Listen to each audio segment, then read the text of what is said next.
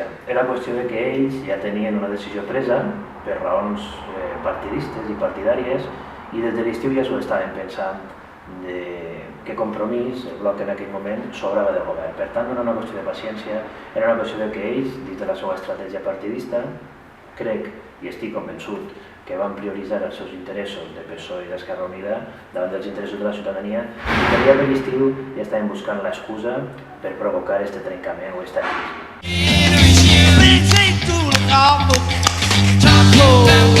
Ho haurien de demostrar perquè en les grans decisions que ha pres esta ciutat, com és els pressupostos ha hagut un pacte PP-PSOE i Esquerra Unida ha aplaudit aquest pacte. L'altra gran decisió que ha pres el govern últimament ha sigut el procés del Pla General d'Ordenació Urbana. Hi ha hagut un altre pacte, PP-PSOE, com es va demostrar, fins al punt que la presa guanyadora es retirara davant de les evidències i Esquerra Unida no ha dit res. Per tant, haurà de demostrar aquest toc que vol imprimir a aquest govern que es diu progressista i d'esquerres, si no sols es demostra en paraules, sinó també en fets. I tenen una bona possibilitat ara en el Consell que diuen Eix Econòmic i Social. Compromís ha fet una proposta alternativa de Consell Social on es prima la participació. Sabem que per part del PSOE i per part d'algun interlocutor social ja ha dit que no ens agrada aquesta proposta, que primava més participació.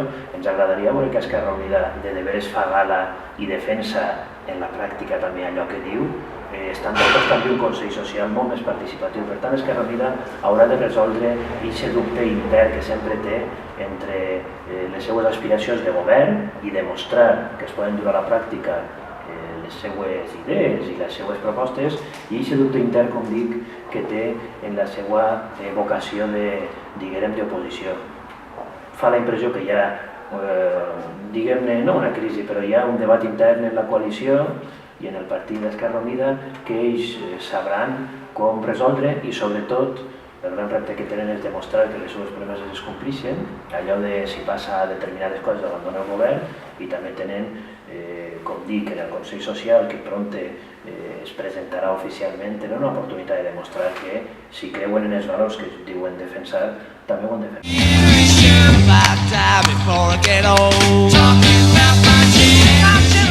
Jo tinc molt respecte per totes les persones que han ostentat aquest càrrec institucional.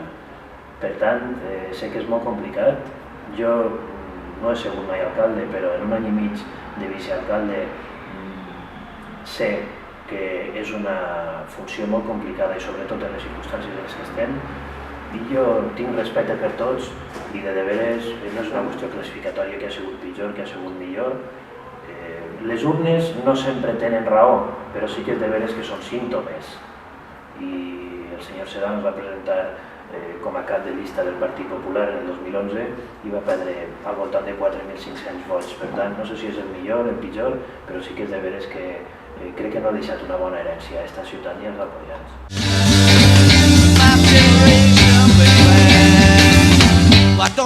La primera part no la sabria contestar. Al final, la gent de Compromís entenem la política d'una manera diferent i volem posar-la en la pràctica. És cert que és un lema electoral, diguem-ne, no típic, perquè nosaltres no volem ser els partits típics del sistema des de tota la vida. Nosaltres, i jo personalment, vaig enviar una carta a les apoyanes i als apoyants dient-los que es fiaren de mi, però per una raó molt senzilla, perquè jo no tenia cap intenció d'enganyar-los. I com que jo no els he enganyat a ningú, evidentment, des del meu punt de vista, jo no he fallat a ningú. No he fallat a ningú perquè no he enganyat a ningú. Per tant, se li hauria de preguntar a la gent si tenia unes expectatives diferents que s'han complit o no.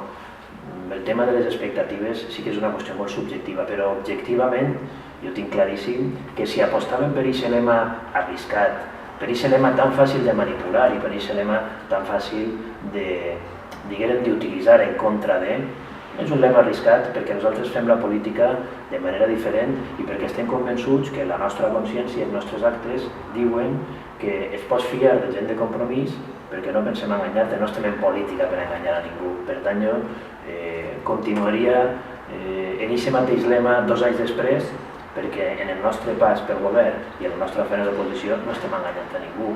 Una altra cosa és que allò que diguem agrade o no agrade, que allò que fem agrade més o agrade menys, i una altra cosa són les expectatives que n'hi ha. És evident que de 2.400 vots a 6.100 que van pujar, no sé si la gent es va fiar o no, perquè si no hi ha una relació directa i no hi ha un contacte directe amb la gent, són qüestions subjectives, però com a mínim una expectativa van tindre en Compromís, i el nostre repte és que en el 2015, com a mínim, aquesta expectativa s'enfortisca i siga una expectativa permanent, no una qüestió puntual.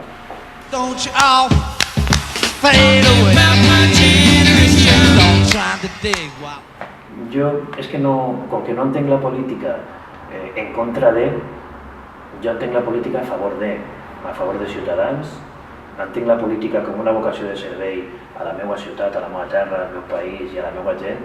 Jo no la faig mai a la contra. Se li hauria de preguntar al PSOE si ha desaprofitat l'oportunitat de tornar a governar aquesta ciutat simplement per anar a la contra d'alguns hipotètics rivals electorals. El que sí que és evident és que el PSOE, i no ho hem d'oblidar, ha tret en el 2011 el pitjor resultat en democràcia de la seva història. Va perdre més de 3.000 vots quan venia perdent paulatinament totes les eleccions anteriors. Si Compromís va decidir canvi, i en això no vam enganyar a ningú, les grans promeses que hem fet mai no les han incomplit, per tant, nosaltres som gent previsible i de fiar en aquest sentit. Si ho va desaprofitar per estar en el govern o assumir l'alcaldia per anar en contra de la gent, o anar en contra en concret de mi, em fa la impressió que és una pèrdua de temps i sobretot és una falta d'irresponsabilitat. En tot cas m'hauria de contestar la gent del PSOE. El que sí que és evident, perquè hi ha evidències, és que continua sent el PSOE de tota la vida el que prioritza els interessos partidistes en compte dels interessos col·lectius.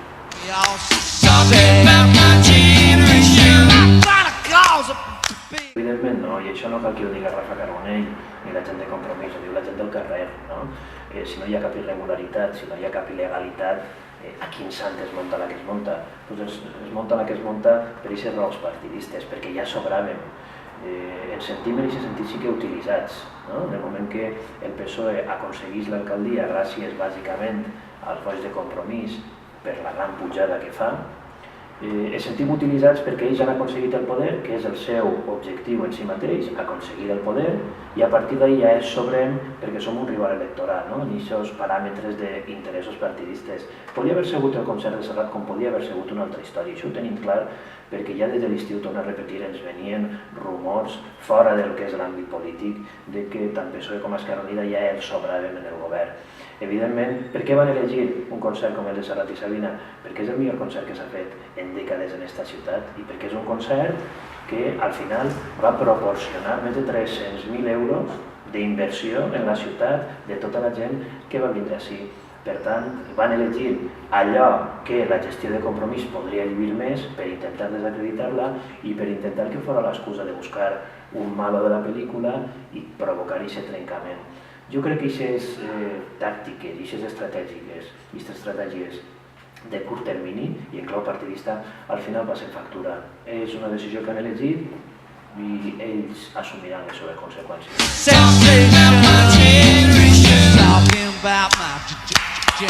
Canviaria algo que jo no puc canviar. Canviaria la mentalitat de la gent. Jo m'esperava uns dirigents del PSOE local que havien canviat la mentalitat, que no continuaven en la mentalitat del PSOE dels anys 90, perquè el PSOE ha demostrat la prepotència pròpia que demostrava quan tenia majoria absoluta i ha demostrat que el seu interès és arribar al poder, i quan té el poder ja li sobra tot. Jo això no podia canviar-ho. Jo no podia canviar la mentalitat de socis de govern en la qual, en teoria, tots creiem que el bé superior era el COI, que la ideologia era el COI, el sentit comú, el treballat responsablement i l'intentar consensuar de partits diferents allò que ens unia més que no ens diferenciava, però jo no puc canviar la mentalitat de la gent i s'ha demostrat que el PSOE ha continuat actuant com tota la vida i que Esquerra Unida ha continuat actuant com tota la vida. Això jo ho haguera canviat si haguera pogut, però era impossible. Per la resta, jo crec que van fer el que tocava i sobretot el que van prometre, canvi de govern. Vam demostrar que no estem en política per les poltrones i ho vam demostrar perquè no vam apretar la corda, ni vam estirar la corda buscant un ego personal, vull ser alcalde, jo crec que van ser molt generosos, cedint l'alcaldia a un partit que havia perdut 3.000 vots, havia tret el pitjor resultat de la seva història en democràcia i a pesar d'això ho van cagar d'aquesta manera. En l'actitud de compromís jo canviaria ben poques coses, canviaria alguns detalls, però allò que ha fet impossible aquest pacte de govern progressista i d'esquerres és la mentalitat dels partits de tota la vida, en aquest cas PSOE i Esquerra Unida, que actuen com tota la vida.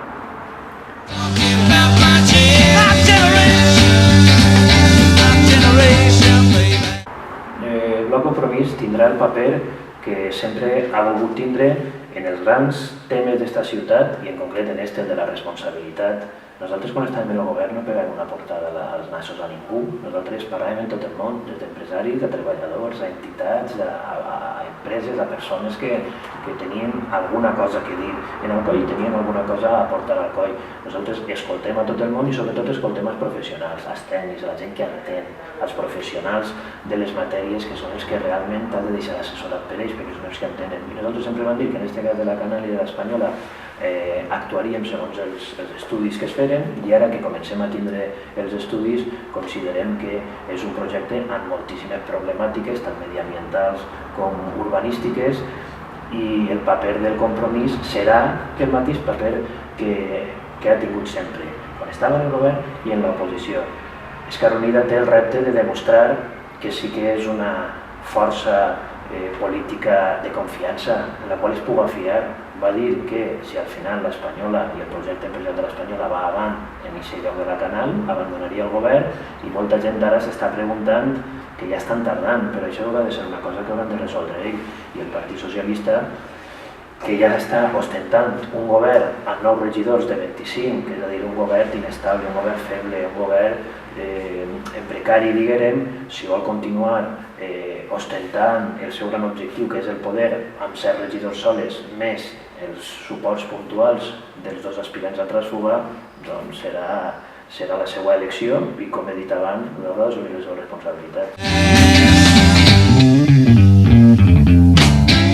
La lògica diu que sí, però la lògica del sistema tradicional de política. Per què diu la lògica que sí?